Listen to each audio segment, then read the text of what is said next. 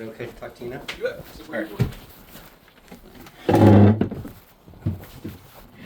So I'm just trying to figure out a best way to study for the quizzes and the exams. Okay.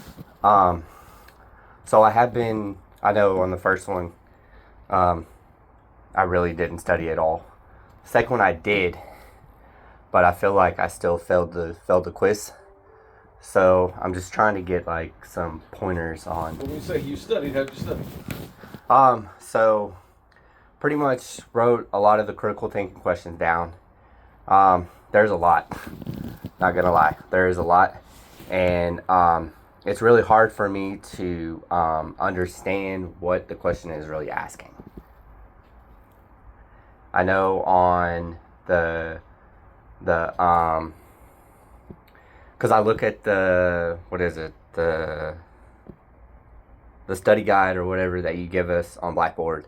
I look at that and I read what like the My Stories or like the Americano, or I read that and I understand that. I did get confused on one of the questions last quiz.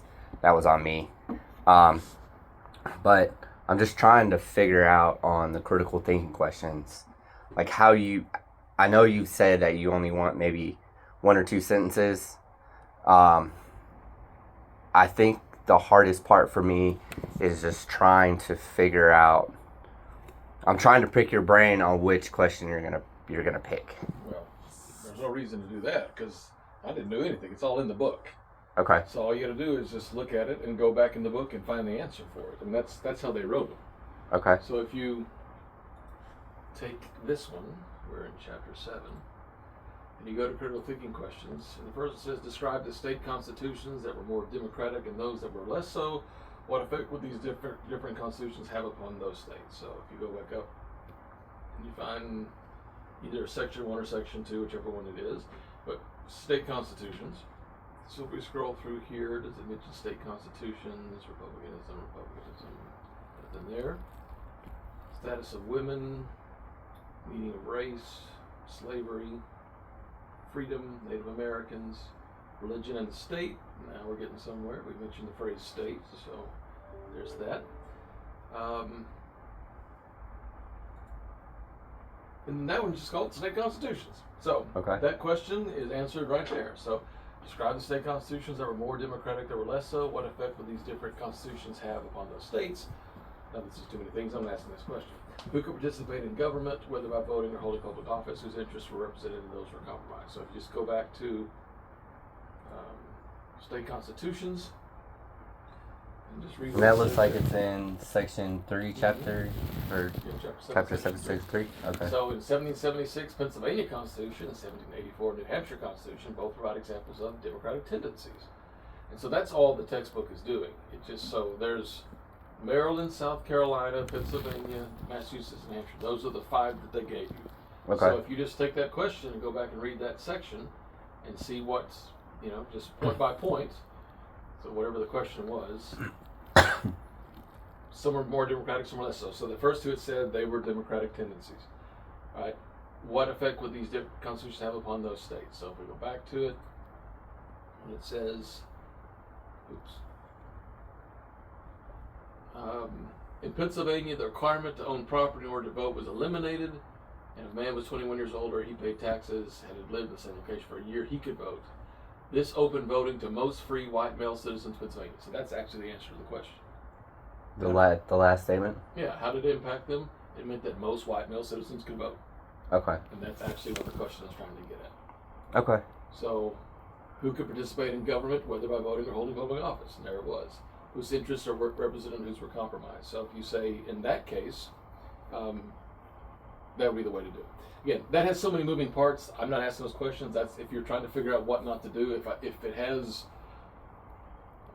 1 thing, 2 things, 3 things, 4 things, I'm not asking that. So it's going to be something that's shorter. Now, shorter doesn't mean, like for instance, in number 15, it doesn't ask a question. It makes a statement. In this chapter discussion of New York's ratified convention, Alexander Hamilton takes issue with an anti-federalist delegate Melancton Smith's assertion that, as Hamilton says, a pure democracy, if it were practical, would be most perfect. So that's not even asking you anything. That's just stating a fact. The question is, what did Smith and Hamilton mean by pure democracy? How does this compare to the type of democracy that represents the modern United States? So for that one, if you go to section 4 and scroll down, there's the actual quote from elected Smith, or Hamilton back to Smith. So that's what it's talking about, is that block right there. Okay. And he says, it has been observed by an honorable gentleman Smith that a pure democracy, if it were practicable, would be the most preferred government, that perfect government. That's what the quote was. And then he talks about that. So there's the answer to that question. So all of those critical thinking questions have a specific answer in the text. Okay. And that's why they wrote them, was to encourage you to go in and to read those things.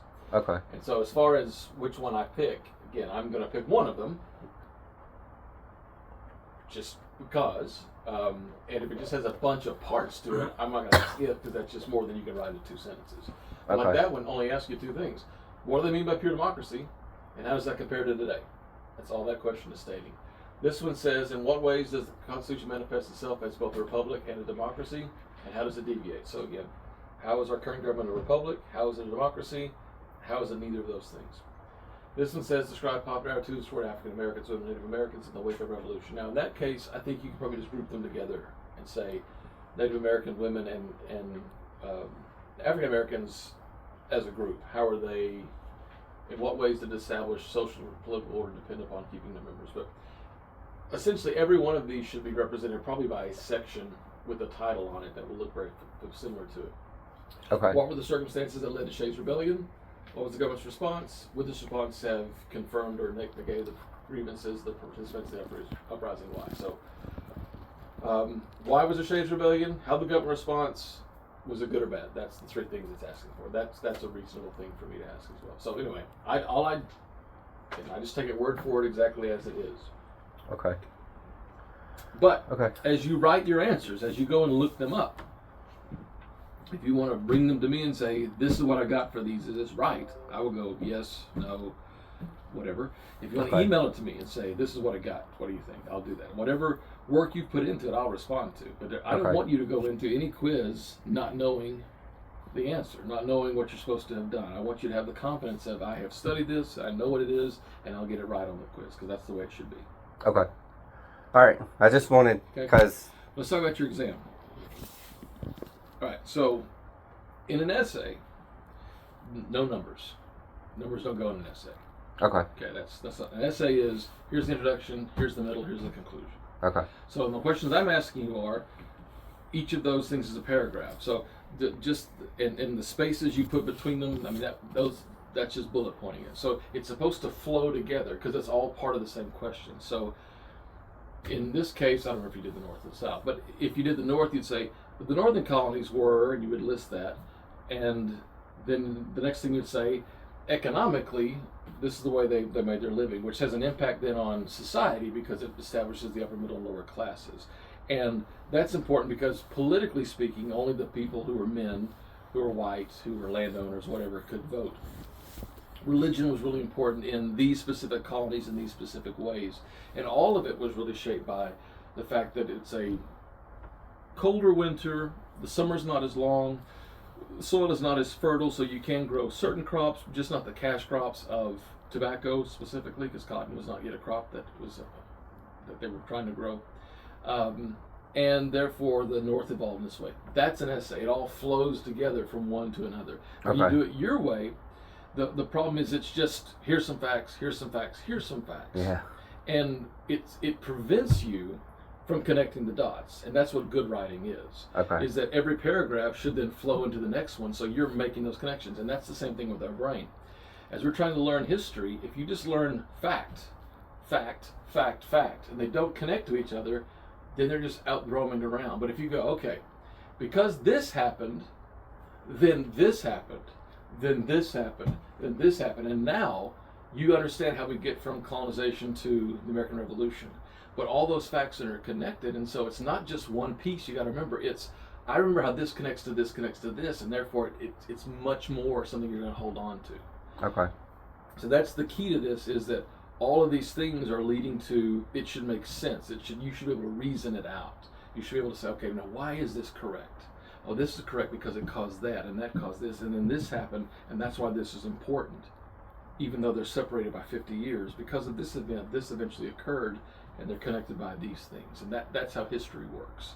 Okay. And so that's what you need to be working for. And again, the better you are at that, the more likely you are to remember those things, because it's not just a random fact that you're trying to pull out of your head someplace. Because I mean, we all have those problems. Like, I heard something the other day, but I can't remember what it was because I didn't connect it to anything.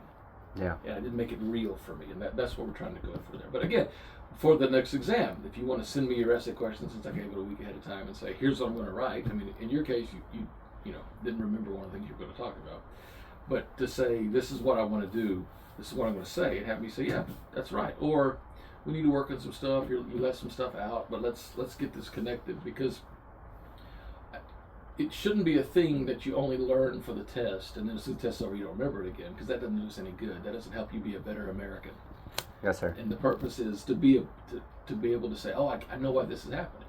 I can see how what's happening in 2024 is similar to what was happening in 1776, or I can see how it's completely different, and that's really useful. That's why the state wants you to take this class, or the other U.S. history, because that gives you ownership of your times, but also helps you understand that they had ownership of their times, and that's what we're working for. So again, whatever work you do ahead of time, I will respond to it, because I want you to be confident that I have studied correctly and I'm prepared and I'm going to get a good grade. That's what I want for you.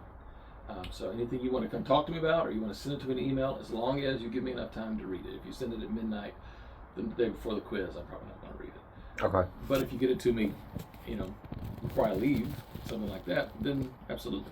Okay. Okay? All right. Thank you, sir. You're welcome. Have a good day. You too. Thanks.